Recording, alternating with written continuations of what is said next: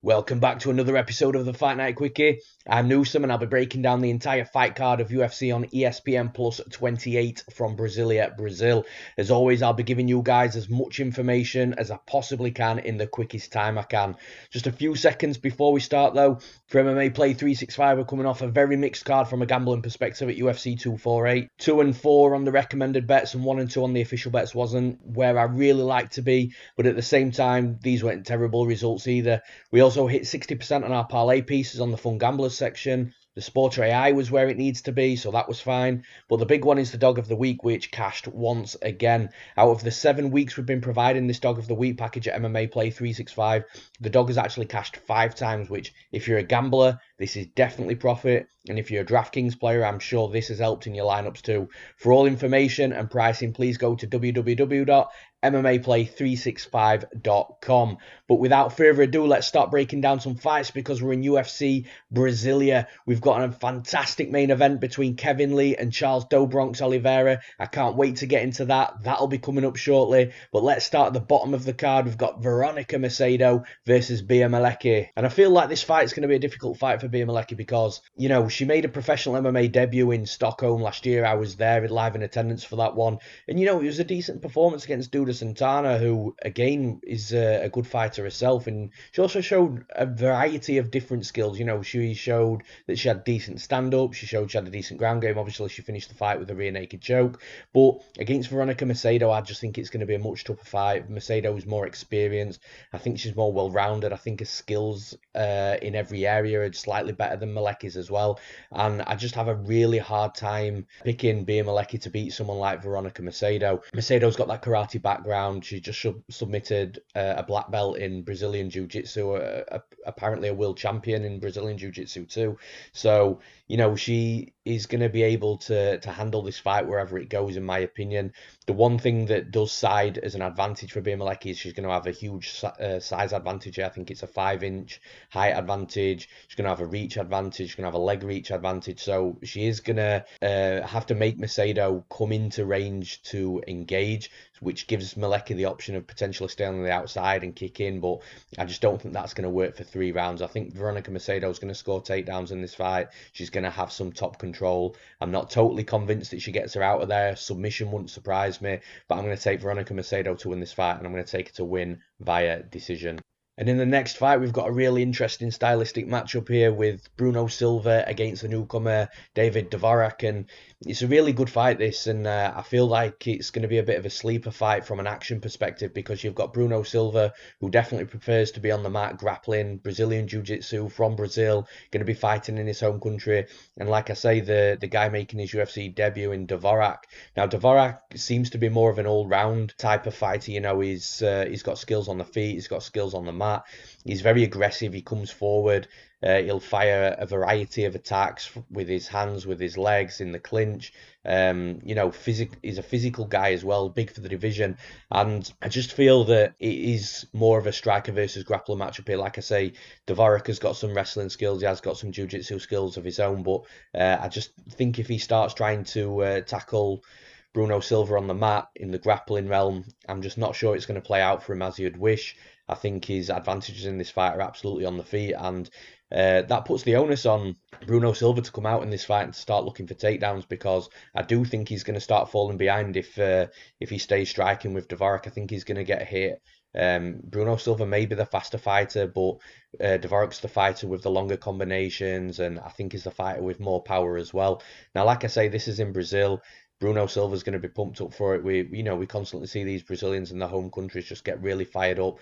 I think Bruno Silva is going to have watched tape on this guy. I think he's going to know that if he gets him to the mat, that's probably going to be his best path to victory. So I think he does follow that. I think Bruno Silva is going to come into this fight. He is going to score takedowns. I don't think they're going to be easy, especially early on. Bruno Silva's he's got to be very energy efficient because he could end up wasting a lot of cardio trying to get Dvorak down to the mat if Dvorak's defending really well. But I think ultimately, at some point in this fight, Bruno Silva is going to start getting Dvorak down to the mat. I think he does roll on top of him. I'm not sure if he finds a submission or not. It's going to be very close and sketchy and a bit dicey in areas, but I do feel that Bruno Silva's going to win the fight. So I'm going to take Bruno Silva to win, and I'm going to take him to win via decision. And in this next fight, we've got Maia Silva returning once again to her home country of Brazil to fight Marina Moroz. And I was really impressed with Silva in her last performance, against Gillian Robertson. Gillian Robertson's not an easy fight for anybody. She's a good grappler, good top control, improving striking. She's at a good gym with American top team under Dean Thomas and the guys over there. And man, Silva came in there. She put on a good striking performance. She was forced in takedowns from Gillian Robertson. And then she eventually snapped a quick armbar at the end of the first round to finish Gillian Robertson, which again is something not many fighters can say they've done, finishing somebody like Gillian Robertson. Now, talking about that armbar and Silva submissions, these submissions come so fast. We've seen them so many times. That's 2 armbars I've seen from Silva that's just been snapped on so quickly to submit her opponent. The ninja choke that she caught on the Dana White Contender Series, that was snapped on really quickly as well. There was virtually no setup in it before it was locked, sunk, and, subsequently put her opponent to sleep. A submission game is very, very good. And a striking, for me, from what I saw in the Gillian Robertson fight, was also quite crisp. Combinations, 1-2 punches straight down the middle, aggressive, a bit of power. She's a dangerous fighter. Now, Marina Moroz, on the other hand, she's a fighter that I don't feel that a lot of people have regarded as one of the best in the division in all the time in the UFC. She's a UFC veteran at this point, but she's always been one of those fringe fighters.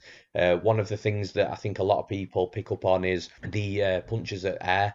A lot of the punches don't really connect. They're just thrown, like I say, at air, and it has been a bit strange to watch over the years. But in the last fight against Sabina Mazo, that was improved. She'd gone over to American top team for the first time as well. So you could clearly see that American top team have improved her. However, she did catch Mazo on a UFC debut. I do believe in UFC debut jitters. I feel that a lot of green fighters, inexperienced fighters that come into the UFC for the first time do suffer with this badly. And I think you can make a case for Mazo in that fight, because you watch Mazo since that fight, she's had 2 fights since then, and it's looked like a totally different fighter. I do think Moroz caught her at a good time. I do think Mazo allowed Moroz to come forward too much, which was allowing Moroz to land shots, not those punches at air. But I think in this fight, Moroz is going to be more on the back foot than the front foot. And if she does end up getting on the front foot, she can end up getting herself tied in some clinch positions where Silva, again, is good knees to the body, good elbows. She can score trip takedowns from there as well. And I just feel that if Moroz is the one moving backwards, I think those punches at air may come back. I do feel that Silva will be aggressive, will land strikes on her. And this could be a close fight. If it is a close fight, we're in Silva's home country of Brazil. So I'm going to take Maia Silva to win. I'm going to take her to win via decision. And in the next fight, it's probably my favourite fight on the entire card. We've got Rani Yahya versus Enrique Barzola. Man, I love both of these fighters. Barzola's a ball of energy, high volume takedowns, improving striking. And then we've got Rani Yahya on the other side, who's a high level Brazilian jiu-jitsu artist in MMA, has been for years, is respected by every single opponent he's ever faced in regards to his ground game. They just don't want to be there. I really hope that we see a lot of grappling exchanges in this fight, a lot of crazy scrambles, submission attempts. And, when I went into tape, I was leaning Enrique Barzola. I think that when you watch the Ricky Simone and the Rani Yahya fight, Ricky Simone laid out an absolute blueprint of how to beat Rani Yahya, staying away from the takedowns, staying away from clinching up, just moving in and out very quickly, hard strikes, putting Rani Yahya off. And I actually don't think that Barzola can replicate that game plan as well as what Ricky Simone did, which does leave me questioning, can Rani Yahya have moments on the mat? Because I think that's where he wins if he can. And like I say, Barzola's striking has been improving. His fight with Evloev, who is highly regarded as a prospect, was quite close. So it's going to be really interesting to see if Barzola can follow that same game plan as what Ricky Simone did. But the thing is, with that fight with Ricky Simone and Rani Yahya, when I watched that back, I thought originally Simone, when I watched this the first time, and I cashed a bet on Ricky Simone that night as well, but I thought Simone really put a striking clinic on and didn't have too much back from Rani Yahya. But actually re-watching that fight, Rani Yahya's striking actually looked pretty decent, and he was landing strikes on Ricky Simone himself. It's just Ricky Simone was way more aggressive. So I genuinely think Rani Yahya's striking isn't to be slept on either. He's got good Muay Thai, good kickboxing. So like I say, it's going to be really interesting, but I'm leaning Rani Yahya in this fight to win. One of the reasons being is I feel that when Barzola does get clinched up, if he does shoot takedowns, or if Rani Yahya shoots takedowns on Barzola and does get him down momentarily, I feel like Rani Yahya is going to win the scrambling scenarios. And one of the reasons being is in this Evloev fight, you know, I watched with Barzola, the amount of times Barzola turned his back to stand up to his feet, you know, it's a very dangerous thing to do in MMA. And when you're fighting somebody like Rani Yahya, who will jump a back, who will sink hooks in very, very quickly and drag you down to the mat that way, I just feel that Rani Yahya's in a good position in this fight. I think that he can catch that single leg. I think he can try and take Barzola down. I'd be very surprised if he got him down first time in every shot and kept him down. You know, Barzola's tricky to keep down. He's got good grappling himself, but it's this back turning when he's standing back up. He's got to find a different way back up to his feet, because if he does start turning his back, I do feel Rani Yahya will hop his back and submit him. And I actually think that's what happens in this fight. You know, like I say, I really like both guys. I'm going to hate to see one of them lose, but the pick in this fight is Rani Yahya, and I think he beats Enrique Barzola via submission. And next up, we've got Elizeu Zaleski dos Santos returning against Aleksei Kunchenko. And this is actually a really good fight. You know, we've got one guy who's aggressive in Dos Santos, will come forward, throw a ton of volume. And we've got another guy in Kunchenko. Again, he does have volume, but it's more from a defensive perspective. There's not much movement in his striking. He will just counter you all day long. And, you know, Kunchenko and Dos Santos are both guys that don't lose very often, so it's going to be really interesting to see which guy gets the upper hand in this fight. Now, I'm leaning towards Dos Santos in this fight. I know he was coming off a bad loss against Li Jingliang over in China. You know, it wasn't a good performance. These Chinese guys are just so hyped and so fire in their own country, man, and Zaleski was just on the opposite end of that with Li Jingliang. And I actually, like I say, I'm leaning Zaleski dos Santos to win this fight. I don't trust the defensive volume of Kunchenko.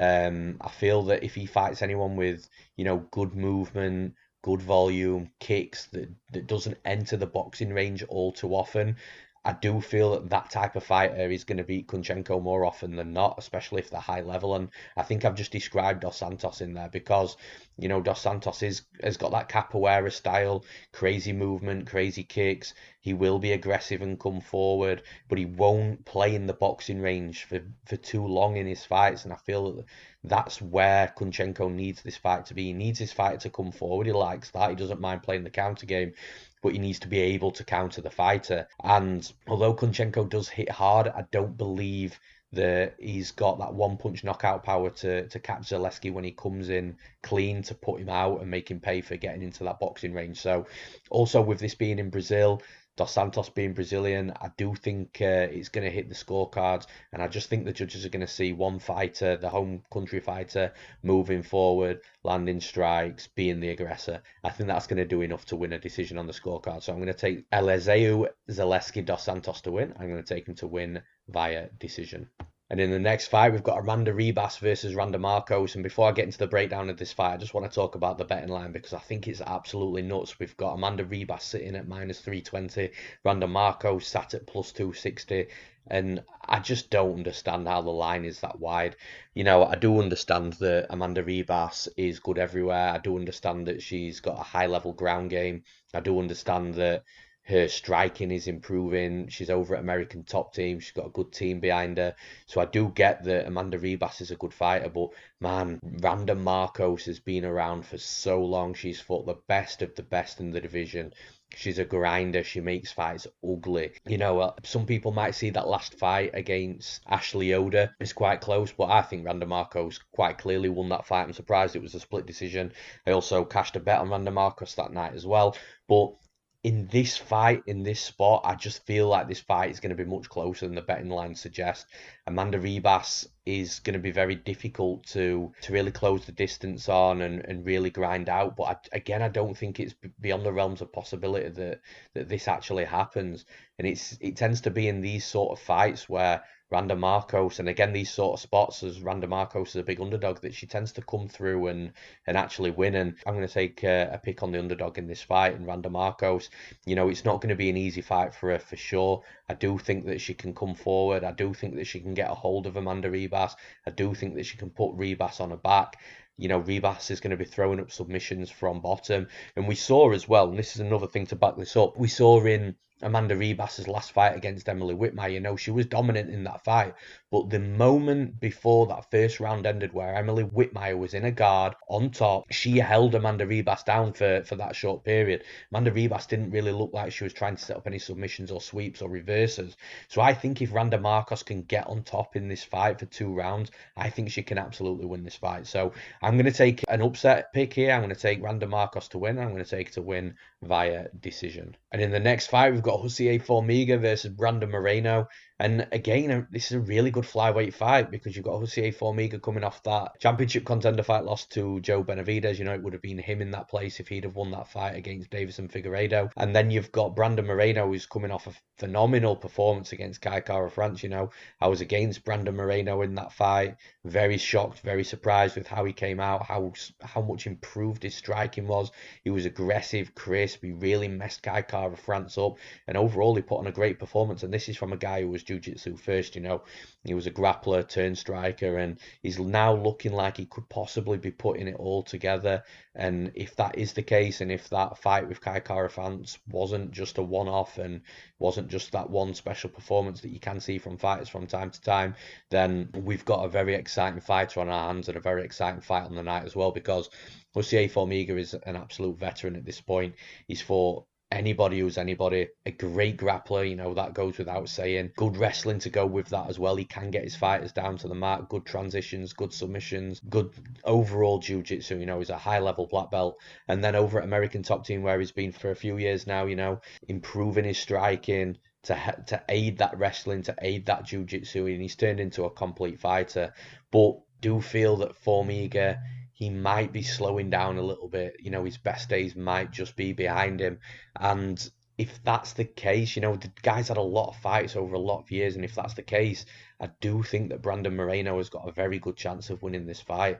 The one thing that does have to concern you is if this fight does have a lot of wrestling, a lot of scrambles, grappling, transitions, I feel like it could be quite a close fight. And if it is a close fight and it goes to the judges' scorecards, again, I know I keep mentioning the judges and being in Brazil. I've once said great things about Brazil and the judges in the past, but I've been stung the last few times. The UFC's gone over to Brazil with close decisions against Brazilians, and I'm just not as convinced anymore. It's been a tough 2020 for officiating for sure. So yeah, if it's close, I do think that Jussier Formiga might get the nod.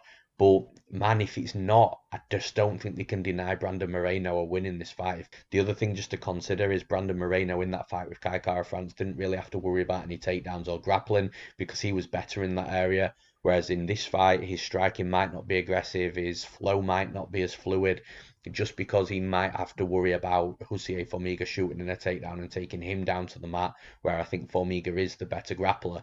So there is that could play a part. But again, I'm going to take another shot on an underdog pick. I'm going to take Brandon Moreno to win this fight, and I'm going to take him to win via decision. And in the next fight on the main card, we've got everybody's favourite MMA grandpa, Francisco Trinaldo, making another fight in Brazil happen against John Makdessi. And I don't mean that disrespectfully to Francisco Trinaldo with the MMA grandpa comment, but I mean, the dude's old, but he's still a machine, he's still got it. And, Francisco Trinaldo in Brazil is different to Francisco Trinaldo anywhere else. I'm not saying he's a bad fighter anywhere else, but in Brazil, this dude has just got a solid record. He's always pumped, he's always hyped, he's always ready for the fire in his home country, and I'm excited to see him perform there once again. In his last fight against Bobby Green, I actually had Bobby Green in that fight. I did think Bobby Green won the fight, but again, it was one of those close fights that could have gone either way. I do feel it was a slightly flatter performance from Francisco Trinaldo, but I don't think that he's at this stage where he's heavily declining or anything. I know he's old and he's been around the game for a long time, but I don't feel that he's quite at that stage yet. And I feel that fighting in Brazil, it's going to actually tell us a lot, because he's either going to turn up as the normal Trinaldo turns up in his home country, or he is going to look like what he did against Bobby Green. And at that point, you might think, okay, well, he is slowing down now. The decline might be happening naturally. But I can't make that assessment until I see this fight. John Makdessi, though, is a difficult fighter to beat. He's got decent kickboxing. He's fast on the feet. He throws in combinations. The dude's almost impossible to take down. Ask Alan Patrick, who tried taking him down about 100 times in their fight. So Trinaldo really normally mixes between his striking and his wrestling / grappling. So he will stand on the feet, is, high level kickboxer, good high kick, good combinations, power in his hands, will set the overhand left up a lot as well. But again, he likes to mix in these takedowns in his fight just to really keep his opponent on the toes and keep them guessing. But I don't think these takedowns are going to come very easy. And I'm not sure if he gets Makdessi down at all. Like I say, Makdessi is one of those fighters that is on my radar of fighters with extremely good takedown defense, like godlike takedown defense. So it's going to be tough to take Makdessi down. However, I do lean Trinaldo in this fight. I think that, again, if it goes to a decision and it could be close, I think he'll get the nod on the judges' scorecards. And I actually think that's what happens. I feel that it's going to be one of them fights where Trinaldo lands the harder shots. Makdessi might land a slightly more volume, and it's going to be a case of what the judges prefer. So I'm going to take Francisco Trinaldo to win this fight, and I'm going to take him to win via decision. And next up, we've got Johnny Walker returning against Nikita Krylov, which is, at this point, quite a big fight in the light heavyweight division because they're both coming off losses. Krylov's was controversial in my opinion. I had Krylov winning that fight against Glover Teixeira. But again, it was one, I keep saying it was one of them close fights that could have gone either way. So, you can't be too hurt either side. But yeah, both fighters coming off a loss and both fighters really need a win. And, you look at where this fight can take place and how both fighters can win, because Krylov's path to victory for me is to either land a kick on the chin of Johnny Walker, which I think is actually going to be difficult to do, or to take Johnny Walker down, try and take his back and submit him. But I feel like that's going to be tough to do as well. And from Johnny Walker's perspective, I just feel that he's just got to be a little bit more defensively aware, take this fight a little bit more seriously. Don't let Krylov land anything on the chin. Keep your composure, get that takedown defense in order, and yeah, just fight. I feel like it's a simpler fight for Johnny Walker to win than it is for Krylov to win. And, there's going to be a lot of people that talk about Walker's chin and, okay, he finally got exposed again and he's a really chinny guy and all this. But actually, when you go back and watch that Corey Anderson knockout, it doesn't happen quite like how I thought it happened before I rewatched tape and how I think a lot of people might think it happened. So Corey Anderson landed an overhand right onto the temple of Walker, which any fighter can do. You don't need to be a boxing expert in mixed martial arts to land that punch, and at 205 pounds, it's going to hurt, it's going to wobble you. And that's exactly what it did to Walker. It put him down. Walker stood back up. Walker took a barrage of strikes. He stayed standing. And then Corey Anderson tried taking him down. Walker defended a couple of takedowns, stayed standing, took a few uppercuts, wobbled again, but stayed standing. Walker finally got taken down by Corey Anderson. Corey got on top. Again, great MMA grappler, great MMA wrestler, so it's no shame there. Corey started landing some heavy shots on Walker.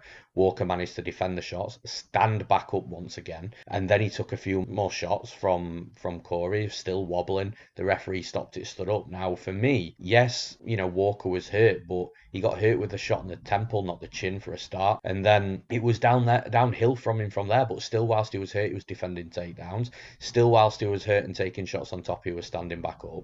I just feel that a lot of people are going to really undervalue that in this fight, and I just think they're really valid points. Now, again, if Krylov lands a punch or a kick on Johnny Walker, again, at 205 pounds, you're always going to run that risk. And it has been the division for quite a while now that has the most finishers. So it's no surprise that this sort of stuff happens.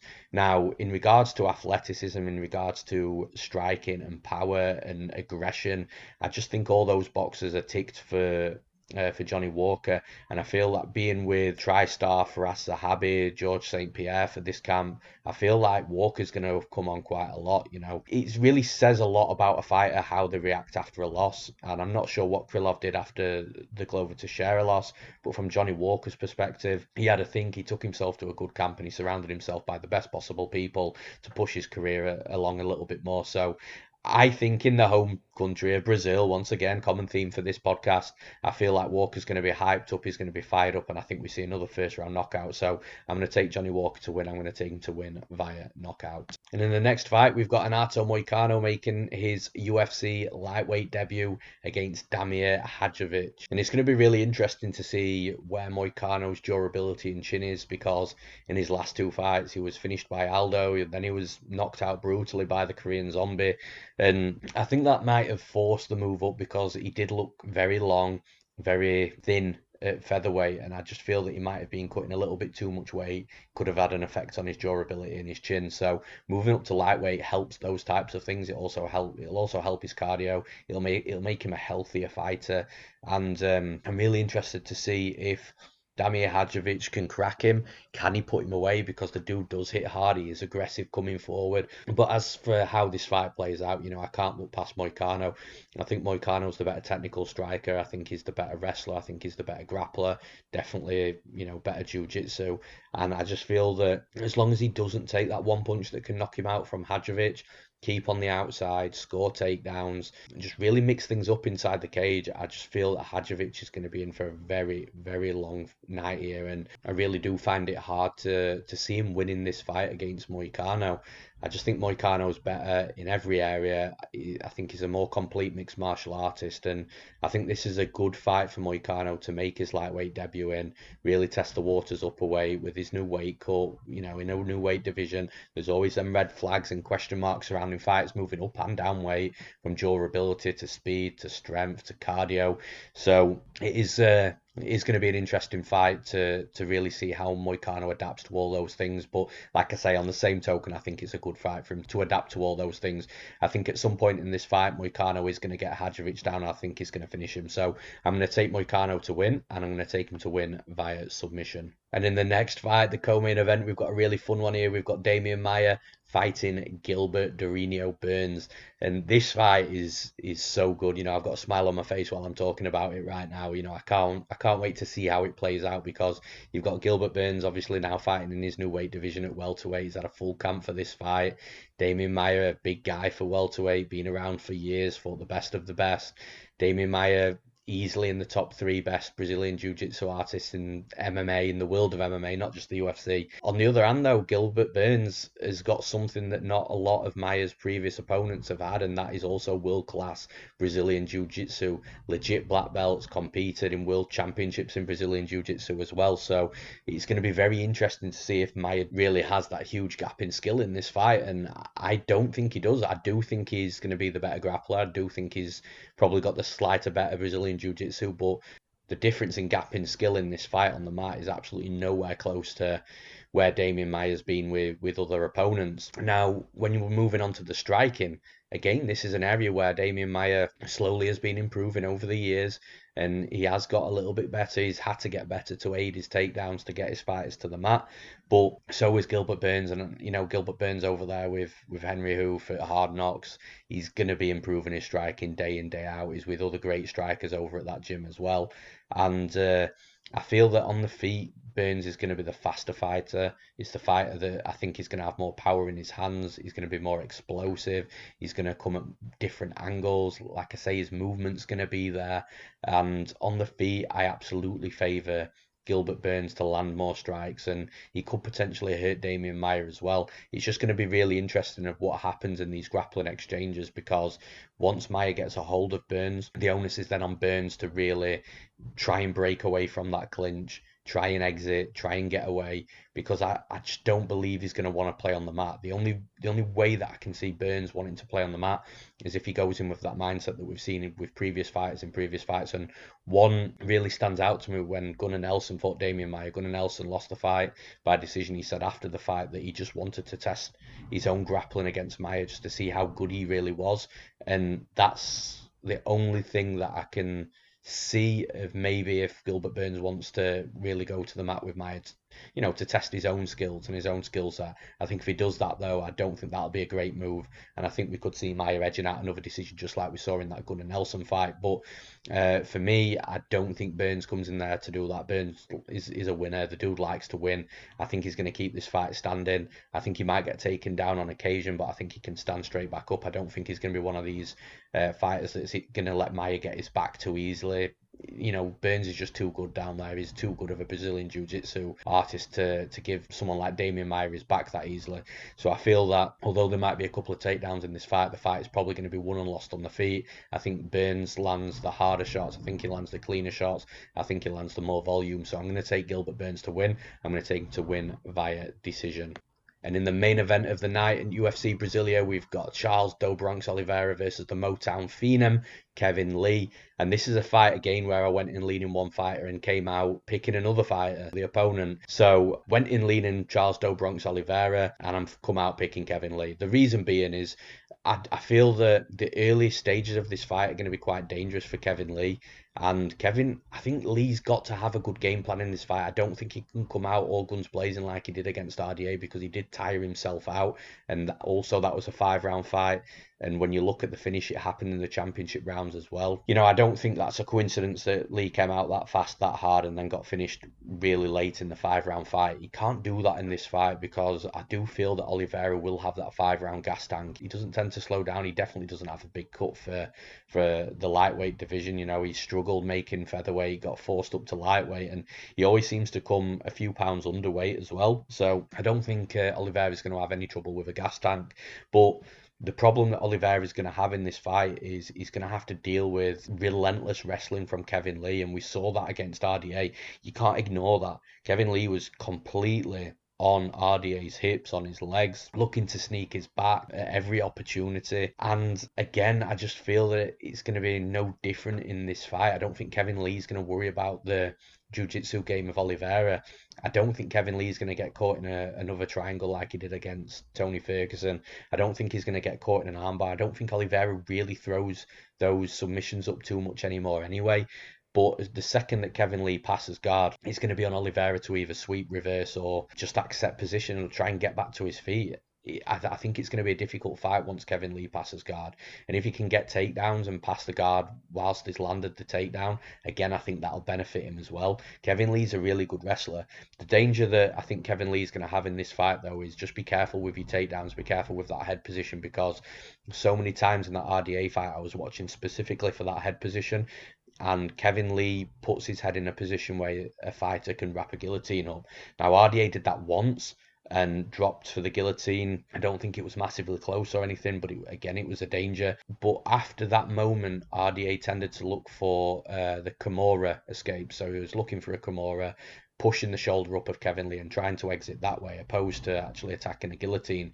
Whereas I don't think Oliveira will do that. Oliveira won't try and grab that Kimura and force Kevin Lee off with strength and power, because I do think he's going to be overpowered, and I do think he's going to be at a disadvantage in the strength department as well.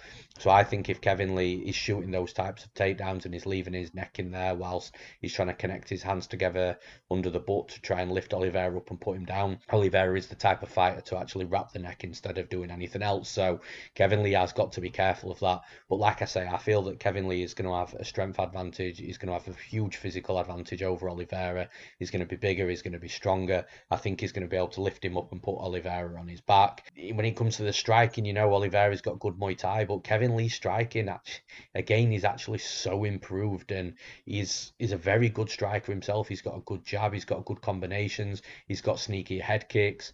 He can definitely hurt Oliveira on the feet. I think Oliveira could hurt Lee as well. Lee does wobble quite a lot. He's one of them fighters that he doesn't have a bad chin. Like, you won't knock him unconscious very easily, but you can hurt him easily. But he doesn't go down. He's really strange. We'll often see Kevin Lee do a little bit of a wobble, or if you had some Barboza throw in head kicks, he'll do the chicken dance. But again, he's not a guy that will go down very easily, and he recovers very quickly. So I do think it's going to be a difficult fight for Oliveira. It's almost one of them fights where Oliveira's got to catch him with a submission or he's likely going to lose the fight. I'm not sure if Oliveira's got the capabilities of really punishing Kevin Lee in the 4th and 5th round if he's tired either, especially if Lee's won 2 of the first 3 rounds. I definitely think Lee could win one of the championship rounds. He, again, looked tired against RDA, but he fought through it, he pushed through it. So it's a good fight. I think Kevin Lee's grappling can match Oliveira's grappling. I think his top control can nullify Oliveira's submission attempts. I think on the feet it's quite even. It leans me towards Kevin Lee. I'm going to take Kevin Lee to win, and I'm going to take him to win via knockout. And that's it for this week's Fight Night Quickie, guys, from UFC Brasilia. I hope you all enjoyed the breakdowns. Please like this video, subscribe to the channel. If you want to talk fights, you can comment as well. And I'll see you next week for UFC London, an event I'm actually going to be live at myself, so I cannot wait for that one.